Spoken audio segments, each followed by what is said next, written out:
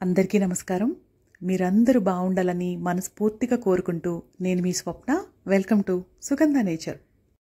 నేను చేసుకునే లక్ష్మీ అమ్మవారి పూజ విధానం ఏ రోజుల్లో పర్వదినాల్లో ఏ విధంగా అన్నీ కూడా ఒక క్రమబద్ధంగా ఏర్పాటు చేసుకుని పూజ చేస్తాను, అమ్మవారి నామాలతో సహా ఒక మంచి వీడియో ఏకాదశి రోజున ఈ పూజని చేశాను.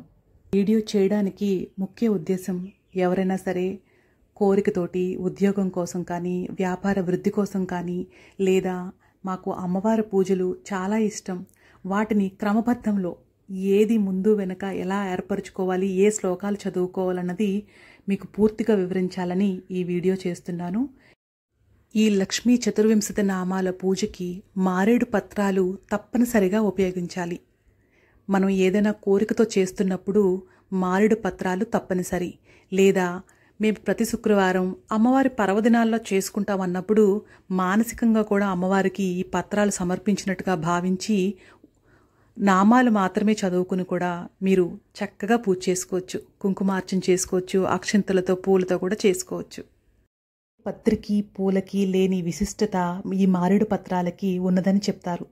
ఈ పత్రిని 30 రోజుల వరకు వాడచ్చు. పూజ చేసిన తర్వాత మళ్ళీ వాటిని శుభ్రపరిచి మళ్ళీ పూజకి ఉపయోగించవచ్చు.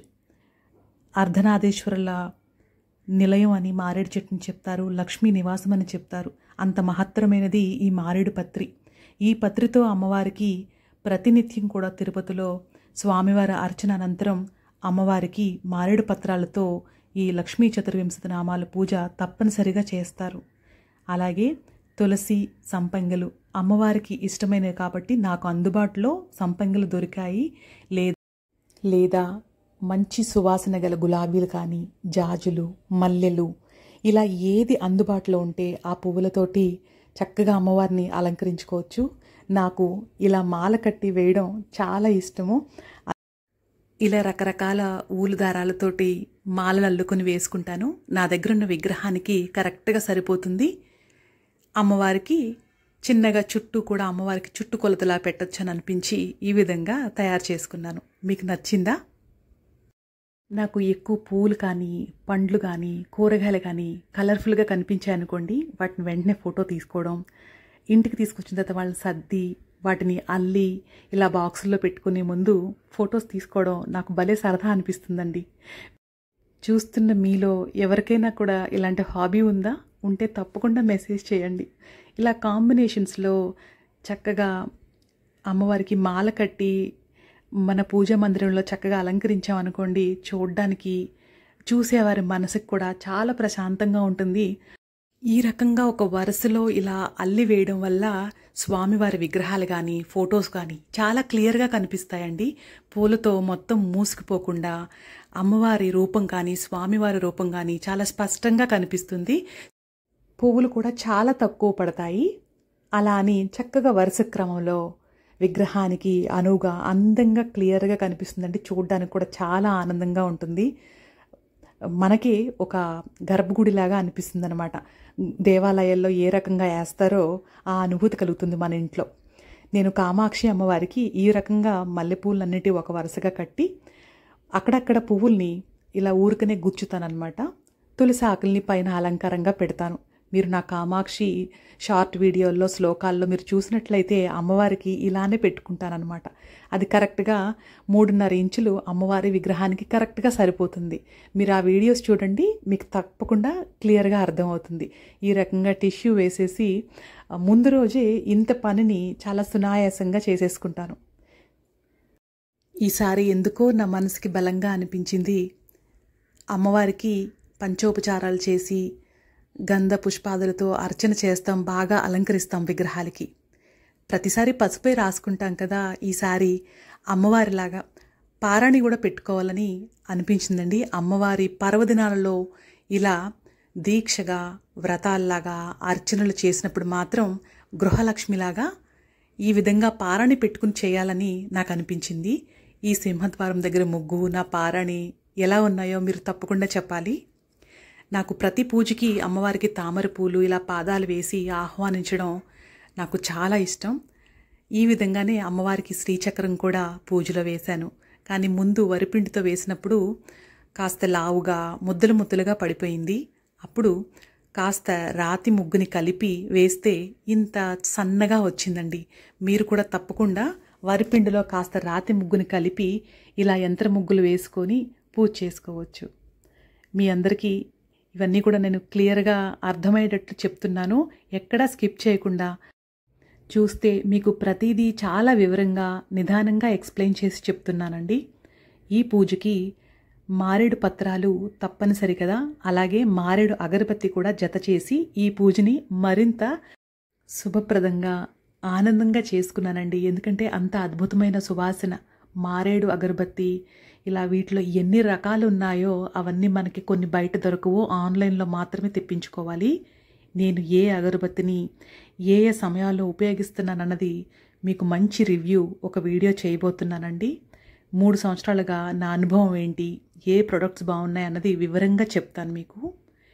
ఈ పూజ కోసం లక్ష్మీ విష్ణుమూర్తికి ఇష్టమైన తాబేలు దీపాలు ఎప్పటి నుంచో తెచ్చుకోవాలని కోరిక ఉండిపోయిందండి. అన్ని రకాల దీపాలు ఉన్నాయి, ఆ దీపాలు లేవని కాస్త మంచివి తీసుకోవాలి, ఎప్పటికీ లైఫ్ టైం ఉంటాయి కదా అని చెప్పి ఇలా సెర్చ్ చేసినప్పుడు స్తవ్య కలెక్షన్స్లో గ్లాసీ ఫినిషింగ్తో చాలా చాలా బాగున్నాయండి. అంటే 2-3 రకాలుగా ఉపయోగపడాలి ఏది వస్తువు తీసుకున్నా అని నేను అనుకుంటున్నాను. అది బొమ్మ రూపంలో ఉండే కన్నా ఉపయోగించే వస్తువులా ఉంటే 4 రకాలుగా ఉపయోగపడుతుందని చెప్పేసి తీసుకున్నాను. అది 3 రకాలుగా 4 రకాలుగా ఉపయోగిస్తాను. ఎలా అన్నది ఇంకో వీడియోలో తప్పకుండా చూపిస్తాను. వీటిలో మాత్రం దీపాలు వెలిగించాను, ధూపం అది వేసా, అది మాత్రం మీరు చూడండి. తాంబూలాన్ని ఈసారి త్రికోణంలా కట్టకుండా ఈ రకంగా కాడలు ఏ పూజ అయితే చేస్తున్నామో, ఏ అమ్మవారికి ఏ స్వామివారికి చేస్తున్నామో ఆ దైవాన్ని చూసేట్టుగా ఈ కాడల్ని స్వామివారి వైపుకి ఉంచి పెట్టాలండి ఈ తాంబూలాన్ని. ఎందుకంటే కాడలకి దైవిక శక్తిని గ్రహించే శక్తి ఈ తామలపాకులకు ఉంది కాబట్టి ఈ తాంబూలం మరింత శక్తివంతంగా తయారవుతుంది. అందుకోసం నేను ఈ రకంగా స్వామివారిని చూసేట్టుగా కాడల్ని పెట్టి ఇలా పెడుతున్నాను అన్నమాట తాంబూలం. మీకు త్రికోణంలో పెట్టడం మాత్రం చూశారు కదా, ఈ రకంగా కూడా పెట్టుకొని మీరు చక్కగా పూజ చేయొచ్చు అనమాట. తాంబూలాన్ని అందరూ కూడా త్రికోణంగా చుట్టక్కర్లేదు. మీరు జాజికాయ, జాపత్రి, లవంగం, యాలుక్కాయ పొడి చేసి వేశారా అని ఒక సిస్టర్ నాకు కామెంట్ చేశారు. అన్నీ కూడా పొడి చేసండి, యాలుక్కాయ తొక్క తీసేసి ఆ గింజలు మాత్రం జవ్వాది, జాపత్రి, జాజికాయతో పాటు లవంగం, యాలుక్కాయ కూడా పొడి చేసి ఒక పించ్ తాంబూలంలో వేస్తానండి. ఈ రకంగా అలంకరించుకున్నాను. నా దగ్గర తెల్ల జిల్లెడు పువ్వులు ఉన్నాయి. ముందుగా విఘ్నేశ్వరుడికి కూడా తెల్ల జిల్లెడు పువ్వులు పెట్టి ఈ రకంగా కూర్మ దీపాలతోటి శ్రీచక్ర ధూప్ స్టాండ్ తోటి ఈ విధంగా అలంకరించానండి. నేను ఇక్కడ పండ్లు, పాలు ఇలా తాంబూలం పెట్టి అమ్మవారి పూజని ప్రారంభించుకున్నాను. మీకు వీలైతే పాయసాన్ని కానీ, పాలని కానీ, పంచామృతం కానీ, అమ్మవారికి పానకం కానీ ఏదైనా సరే మీకు కుదిరింది నైవేద్యంగా పెట్టి మీరు పూజని చేసుకోవచ్చు అనమాట. నేను ఇక్కడ లక్ష్మీ చతుర్వింశతి నామాలని నామరూపంలో చదువుతున్నాను. ఎందుకంటే 24 నామాలు మనకి క్లియర్గా తెలిస్తే ఒక్కొక్క పత్రిని వేస్తూ అమ్మవారిని ధ్యానిస్తూ పూజ చేయొచ్చు. చాలామంది శ్లోక రూపంలో కూడా చేసుకోవచ్చు. నేను శ్లోక రూపంలో కూడా చేసుకుంటాను. కానీ మీరు పత్రి వేసేటప్పుడు మీకు శ్లోకాలలో 2 పత్రి వేయడం మీకు కన్ఫ్యూజ్ అవుతారని చెప్పేసి నేను నామరూపంలో మాత్రం ఈ వీడియోలో నెమ్మదిగా చదువుతూ పూజ చేయడం చూపిస్తున్నాను. మీరు ఈ వీడియో చూస్తూ ఒక్కొక్క పత్రిని వేస్తూ కూడా మీరు చేసుకోవచ్చు. ముందుగా దీపానికి నమస్కరించి గణపతి పూజ చేసిన తర్వాత విష్ణు శ్లోకాన్ని కానీ అష్టోత్తరాన్ని కానీ చదువుకున్నాక అమ్మవారికి పంచోపచార పూజ, మీకు వీలుంటే షోడశ ఉపచార పూజలు కానీ చేసిన తర్వాత ఈ నామాలతో అమ్మవారిని స్తుతిస్తూ పూజను ప్రారంభించాలి. ఓం శ్రీమాత్రే నమః. శ్రీ వెంకటేశ మహిషి శ్రీ మహాలక్ష్మీ ప్రీత్యర్థం శ్రీ వెంకటేశ మహిషి శ్రీ మహాలక్ష్మీ చతుర్వింశతి నామాభిః శ్రీ వెంకటేశ మహిషి మహాలక్ష్మీ అర్చన కరిష్యే. అస్య శ్రీ మహాలక్ష్మీ చతుర్వింశతి నామ మంత్రస్య బ్రహ్మర్షిః అనుష్ఠుప్ఛందః శ్రీ మహాలక్ష్మీ దేవతాః శ్రీ వెంకటేశ మహిషి శ్రీ మహాలక్ష్మీ ప్రీత్యర్థే జపే వినియోగః. ధ్యానం. इति श्रीलक्ष्मी चतुर्विंशति नामानि।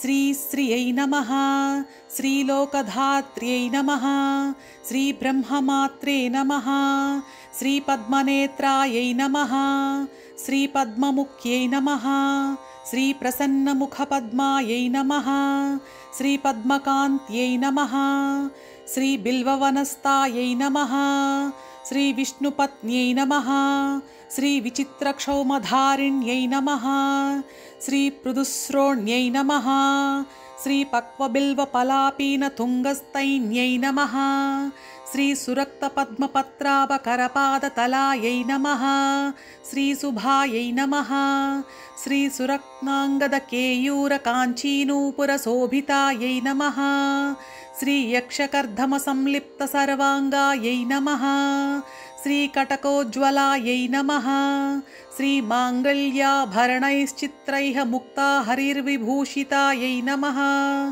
श्रीताटङ्कैरवतंसैश्च शोभमानमुखाम्बुजायै नमः, श्रीपद्महस्तायै नमः, श्रीहरिवल्लभायै नमः, श्रीऋग्वजुस्सामरूपायै नमः, श्रीविद्यायै नमः, श्री अब्दिजायै नमः।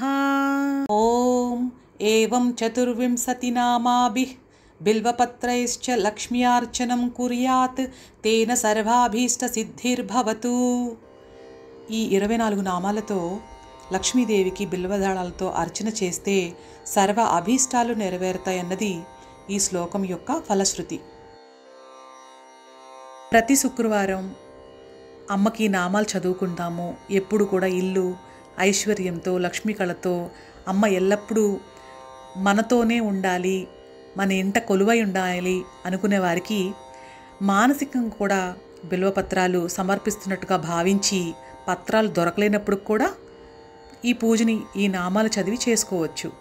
లేదా మీరు అభీష్టం కొరకు కోరిక నెరవేర్చడం కోసం మండలం రోజున చేసినట్లయితే ఈ 24 నామాలకి 24 పత్రాలు తప్పనిసరిగా ఉపయోగించాలి. అమ్మవారు మన కోరిక తీర్చేసినట్లుగానే భావించి ప్రతిమ రూపంలో కాకుండా మన ఎదురుగానే అమ్మ ఉన్నట్టుగా సాక్షాత్కరించినట్టుగా భావన చేసి పూజ చేసుకోవాలి. ఫలితం గురించి అమ్మకు వదిలేయండి, తప్పకుండా మీ కోరిక నెరవేరుతుంది. ధూప దీప నైవేద్యాలు సమర్పించి పూజని పూర్తి చేసుకోవాలి. ఈ విధంగా పూజని ఏ ఇంట్లో అయితే జరుపుకుంటారో ఆ ఇంట లక్ష్మీదేవి తిష్ట వేసుకుని కూర్చుందని చెప్తారు. ఈ వైశాఖ పౌర్ణమి నుండి మీరందరూ కూడా లక్ష్మీ అమ్మవారి పూజ చేసుకుని ఆశీస్సులు పొందాలని మనస్ఫూర్తిగా కోరుకుంటూ మరో మంచి వీడియోతోటి మీ ముందుకు వస్తాను.